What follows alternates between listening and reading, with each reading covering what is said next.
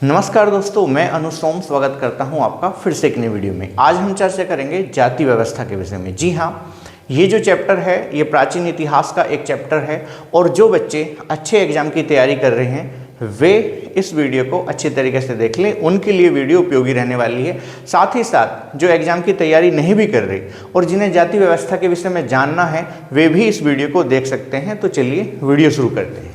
देखिए, भारत में जाति जो शब्द है, ये जो जाति शब्द है ये इंग्लिश का जो इसका रूपांतरण है वो आप सभी ने जानते होंगे कि ये इंग्लिश में इसे कास्ट कहा जाता है। अब कास्ट शब्द जो है ये पुर्तगाली शब्द है और कास्ट शब्द का अगर मैं हिंदी रूपांतरण की बात करूं तो कास्ट शब्द का जो अर्थ है वो वंश, जाति या फिर नस्ल से हुआ है। भारत में अगर हम बात करें तो भारत में जाति व्यवस्था कहाँ से आई?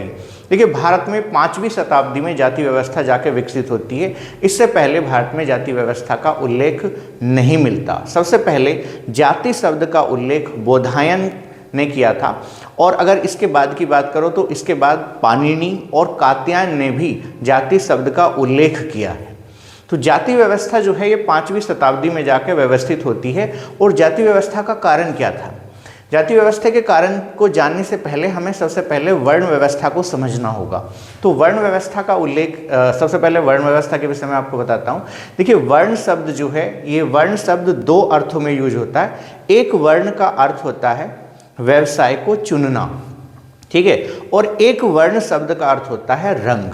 अगर हम ऋग्वेद की बात करें तो ऋग्वेद के 10वें मंडल के पुरुष सूक्त में वर्ण व्यवस्था का उल्लेख है जिसमें कहा गया है कि एक विराट पुरुष की बलि दी गई और उस विराट पुरुष की बलि देने के बाद उसके मुख से ब्राह्मण, बाहों से क्षत्रिय, पैरों से शूद्र और जांघों से वैश्य की उत्पत्ति हुई। तो यहाँ पे जो वर्ण व्यवस्था का शब्द जो यूज हुआ है वो जाति व्यवस्था से भिन्न है। जाति और वर्ण शब्द में अंतर ये है कि हम वर्ण चेंज कर सकते हैं, यानी कि अगर कोई व्यक्ति ब्राह्मण है तो वो क्षत्रिय को अपना वर्ण जो है अपना क्षत्रिय वर्ण बना सकता है, या अगर कोई वैश्य है तो वो क्षत्रिय भी बन सकता है, वो शूद्र भी बन सकता है। इसी प्रकार शूद्र भी क्षत्रिय बन सकता है और अपनी विद्वानता के कारण वो ब्राह्मण भी बन सकता है। ऐसा वर्णन ऋग्वेद के विभिन्न मंडलों में भी दिखाई देता है। जैसे मैं अगर बात करूं तो विश्वामित्र की मैं बात करता हूं। देखिए, विश्वामित्र एक राजा थे, यानी कि वे क्षत्रिय थे, लेकिन उनका झगड़ा वशिष्ठ से हुआ और वशिष्ठ से झगड़ा होने के कारण दोनों में मनमुटाव ये हुआ कि विश्वामित्र ने वशिष्ठ से कहा कि मैं आपसे बड़ा ब्राह्मण बनकर दिखाऊंगा, और इसके लिए उन्होंने कठोर तपस्या करके अपना ज्ञान अर्जित किया। और आज ऋग्वेद का जो 3रा मंडल है वो विश्वामित्र के द्वारा ही लिखा गया और साथ ही साथ विश्व प्रसिद्ध गायत्री मंत्र भी विश्वामित्र ने ही लिखा था। तो विश्वामित्र जो स्वयं राजा थे यानी कि क्षत्रिय थे, लेकिन बाद में उन्होंने अपना वर्ण चेंज कर लिया और वे बाद में क्या कहलाए? वे ब्राह्मण कहलाए। इसी प्रकार अगर मैं बात करूं वशिष्ठ के जो पिता हैं वे क्षत्रिय हैं, जबकि वशिष्ठ बहुत बड़े ब्राह्मण थे। तो यहाँ पे कहने का मेरा मतलब ये है कि वर्ण व्यवस्था को चेंज करने का कॉन्सेप्ट है। इसी प्रकार जो महाभारत जिन्होंने लिखा आप सभी जानते हैं, महाभारत वेद व्यास ने लिखा था, जिनका नाम था कृष्णदेवपायन। तो कृष्णदेवपायन का जन्म एक शूद्र जाति में हुआ था, लेकिन अपनी विद्वानता के कारण वे बहुत बड़े ब्राह्मण कहलाए। तो कहने का ये मतलब है कि प्राचीन समय में वर्ण व्यवस्था को चेंज किया जा सकता था, लेकिन जैसे ही वर्ण व्यवस्था के बाद विभिन्न वर्णों के मध्य शादी का संबंध हुआ, तो विभिन्न वर्णों के मध्य जब शादी का संबंध हुआ तो ये वर्ण व्यवस्था जाति व्यवस्था में कन्वर्ट हुई। तो वर्ण तो चेंज किया जा सकता है लेकिन जाति चेंज नहीं होती। वर्ण, जैसे मैंने अभी आपको बताया कि व्यवसाय से है, तो वर्ण जो जैसा कार्य करेगा उसका वैसा ही वर्ण होगा, लेकिन जाति का आधार जन्म है। जाति को व्यक्ति वर्तमान में चेंज नहीं कर सकता, ठीक है। वर्ण चेंज हो सकता है, जाति चेंज नहीं हो सकती। अब सबसे बड़ी बात है कि ये जाति यहाँ पे आई कहाँ से?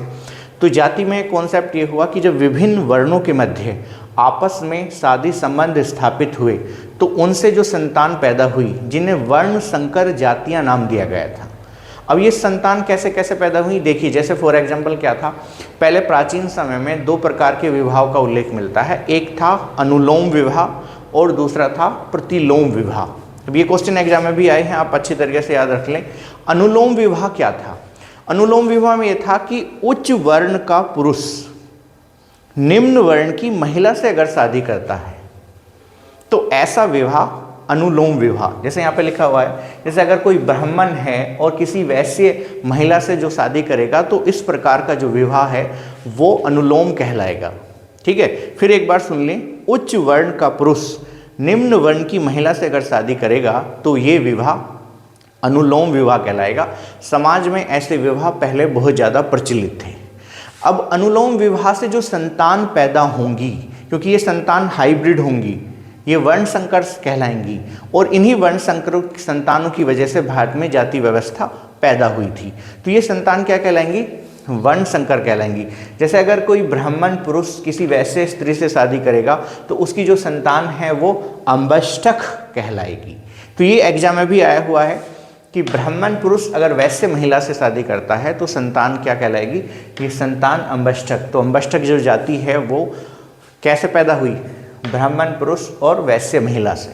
इसी प्रकार प्रतिलोम विवाह का भी प्रचलन था। अब प्रतिलोम अनुलोम का उल्टा है, यानी कि जब कोई निम्न वर्ण का पुरुष किसी उच्च वर्ण की महिला से शादी करता है तो ऐसा विवाह प्रतिलोम विवाह कहलाता है।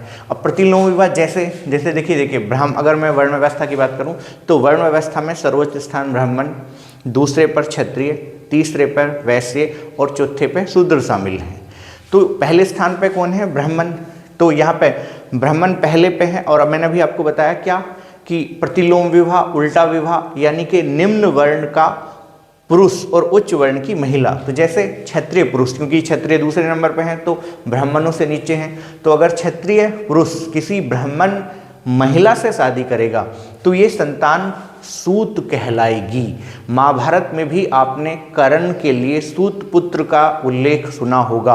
और सबसे बड़ी बात यह है कि कर्ण को हमारे समाज में एक निम्न जाति का दर्शाने का प्रयास किया था, उसे सूत कह के वहाँ पे चिढ़ाने का कॉन्सेप्ट था। जबकि सूत जो संतानें हैं वे कैसे पैदा होती हैं?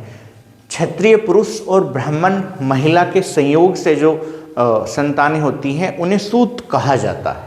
ठीक है, तो चलिए इसके विषय में अब मैं आपको डिटेल से बताता हूँ। देखिए यहाँ पे जैसे अनुलोम विवाह हुए तो अनुलोम विवाह होने के बाद जो अलग अलग क्या बनी, संतान बनी, उसका एग्जाम में पूछ लिया जाता है। जैसे मैंने अभी आपको ये तो बता ही दिया। तो अगर दूसरा देखते हैं, ये अनुलोम विवाह में अगर कोई ब्राह्मण किसी शूद्र महिला से विवाह करेगा तो उसकी जो संतान है वो निषाद कहलाएगी। इसी प्रकार अगर कोई क्षत्रिय किसी शूद्र महिला से शादी करेगा तो उसकी जो संतान है वो उग्र कहलाएगी। इसी प्रकार कोई वैश्य शूद्र महिला से शादी करेगा तो उसकी संतान करण कहलाएगी। तो ये जो हैं ये वर्ण हैं। ठीक है, और ये जो बनी वर्णों से काय का विकास हुआ? जातियों का विकास हुआ। तो ध्यान रखना, वर्ण व्यवस्था ही आगे चल के जाति व्यवस्था के रूप में रूपांतरित हुई। और जैसे मैंने आपको बताया यहाँ पे लिखा हुआ है, जाति का निर्धारण सबसे पहले बोधायन ने किया।